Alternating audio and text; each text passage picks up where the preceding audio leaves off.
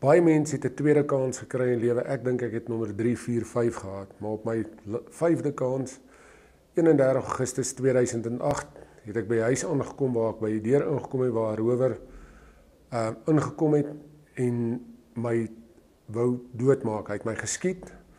Ek is deur my kolon, deur my lewer geskiet. As 'n ou statistieke kyk, 25% van elke mens wat geskiet word, maak dit as jy in jou maag geskiet word. As jy deur jou lewer geskiet word, is daar nie statistieke nie. Toe geskiet is ek vir Here gevra, ek sê Here asseblief, help my DNA uit en ek sal nie weer drink nie. Hy het sy woord te stand gehou, hy het my gehelp. Daar het soveel wonderwerke wat nog daar op daai selfde tyd nog gebeur waar die Here nog 'n kans my gee het ook.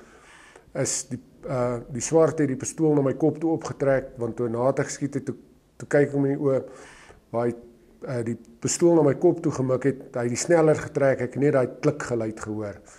Ek het uitgeduik buitekant toe, die polisie het na die volgende dag die ronde gekry waar hy agter geslaan is, maar die Here se hand was daar gewees dat hy nie afgegaan het nie. By die hospitaal het die dokters ook gesê, hulle kan nie verstaan, hulle weet nie hoe is dit moontlik nie, want waar hy deur my lewer gaan het, is ou wat weet, wat enige mediese kennis het, sal weet, lewer is bloed, en dis bloedverlies wat jy daardeur kry as are. Die aartjies wat aan die regterkant deurgegaan het, waar hy deur die kolon is daar ook nie 'n aar getref nie, is asof dit 'n projektiel wat geguide is, deurgegaan het.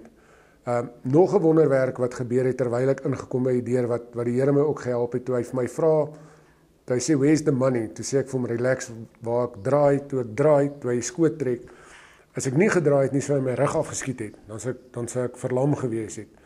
En ek prys en loof net sy naam, dat hy my die kans nou 2 jaar gegee het, om sy woord te kan uitbring, om vir hom dankie te sê en die getuienis te kan lewer, want hy is ons allerhoogste.